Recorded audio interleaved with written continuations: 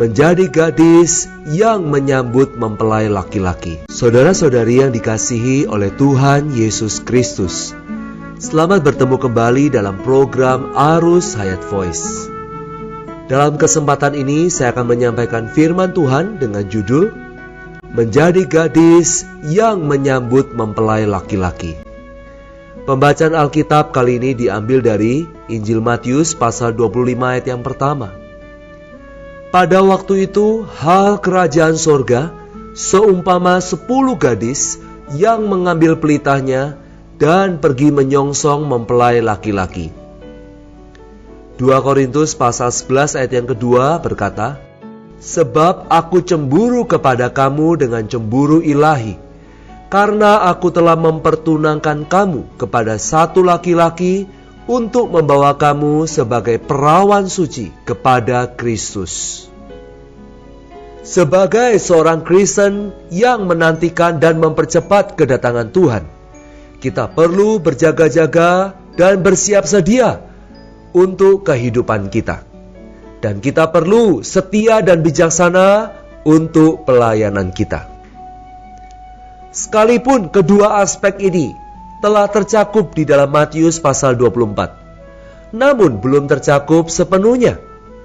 Sebab itu pasal 25 memberikan kata-kata pelengkap dan perumpamaan untuk setiap aspek yang telah dibahas di dalam Matius pasal 24. Perumpamaan 10 gadis di dalam Matius 25 ayat 1-13 melengkapi masalah berjaga-jaga dan bersiap sedia yang diwahyukan di dalam Matius pasal 24. Matius 25:13 ayat terakhir di dalam perumpamaan 10 gadis sangat mirip dengan Matius 24 ayat 42. Ayat tersebut berbunyi, "Karena itu berjaga-jagalah, sebab kamu tidak tahu hari maupun saatnya." Ini menunjukkan bahwa perkataan dalam Matius 25 ayat 1-13 adalah penyempurnaan di dalam Matius 24 ayat 40-44 tentang berjaga-jaga untuk keterangkatan. Ke-10 gadis mewakili mayoritas kaum beriman yang telah mati sebelum kedatangan Tuhan. 2 orang laki-laki dan 2 orang perempuan dalam Matius pasal 24 ayat 40-41 mewakili kaum beriman yang masih hidup sampai kedatangan Tuhan. Mari kita lihat beberapa butir yang membahas kedatangan Tuhan sebagai mempelai laki-laki. Pertama, orang Kristen adalah gadis. Ini menunjukkan kaum beriman di dalam aspek hayat. Dalam 2 Korintus pasal 11 ayat kedua, Paulus menunjukkan bahwa pelayanannya adalah untuk membawa kaum beriman sebagai perawan suci dipertunangkan kepada Kristus. Kaum beriman sebagai umat kerajaan adalah gadis yang kudus, gadis yang memikul kesaksian bagi Tuhan, membawa pelita kita di zaman yang gelap dan keluar dari dunia untuk berjumpa dengan Tuhan. Untuk ini mereka bukan hanya memerlukan penghunian Roh Allah di dalam batin mereka, tetapi juga kepenuhan Roh Allah. Sebagai orang Kristen, kita adalah seorang gadis.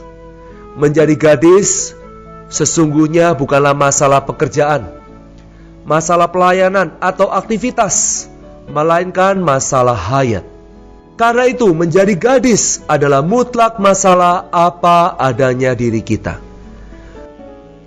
Kedua, gadis ini membawa pelita. Pelita menandakan roh kaum beriman yang menampung Roh Allah sebagai minyak. Dalam Amsal 20 ayat 27, firman Tuhan berkata, "Roh manusia adalah pelita Tuhan yang menyelidiki seluruh lubuk hatinya." Roh manusia adalah pelita. Roh Allah adalah seperti minyak yang ada di dalam pelita itu. Karena itu Roma pasal 8 ayat 16 berkata, Roh itu bersaksi bersama-sama dengan roh kita bahwa kita adalah anak-anak Allah. Kita sebagai kaum beriman dapat bersinar dengan cahaya Roh Allah dari dalam roh kita. Sebab itu kita menjadi terang dunia seperti pelita yang bersinar dalam kegelapan zaman ini. Matius pasal 5 berkata bahwa kita adalah terang dunia. Filipi pasal 2 ayat 15-16 berkata bahwa kita adalah benda-benda penerang di tengah-tengah angkatan yang jahat dan bengkok hari ini.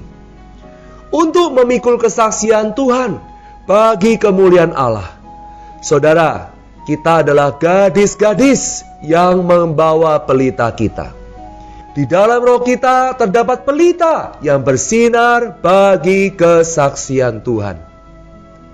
Hal yang ketiga, gadis itu bukan hanya membawa pelita, tetapi pergi menyongsong keluar. Ini menunjukkan bahwa kaum beriman perlu keluar dari dunia untuk berjumpa dengan Kristus yang akan datang. Gadis itu tidak berlambat-lambat atau berhenti di suatu tempat. Sebaliknya mereka keluar dari dunia. Jika Tuhan menunda kedatangannya, saudara-saudara, dunia akhirnya hanya akan menyediakan bagi kita suatu tempat peristirahatan, suatu makam untuk kita berbaring tidur, guna menunggu kedatangan Tuhan kembali.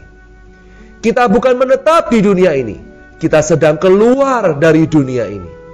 Di bumi ini kita tidak mempunyai nasib, tujuan, atau masa depan. Masa depan kita, nasib kita, tujuan kita seluruhnya terfokus pada Tuhan yang akan datang kembali. Dialah pengharapan, hari depan dan tujuan kita. Saudara-saudara, kita sedang pergi menuju kepada Tuhan, dan nasib kita ialah menjumpai Dia. Hal yang keempat, gadis itu pergi menyongsong mempelai laki-laki. Mempelai laki-laki menandakan diri Kristus sebagai persona pribadi yang menyenangkan dan menarik. Yohanes pasal 3:29a berkata, yang empunya mempelai perempuan ialah mempelai laki-laki. Ia harus makin besar, tetapi aku harus makin kecil.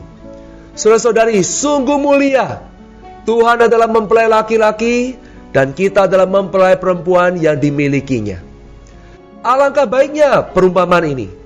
Tuhan tidak menyebutkan dirinya sebagai jenderal yang menang atau kepala komandan yang perkasa, melainkan sebagai mempelai laki-laki, seorang yang paling menarik dan paling menyenangkan.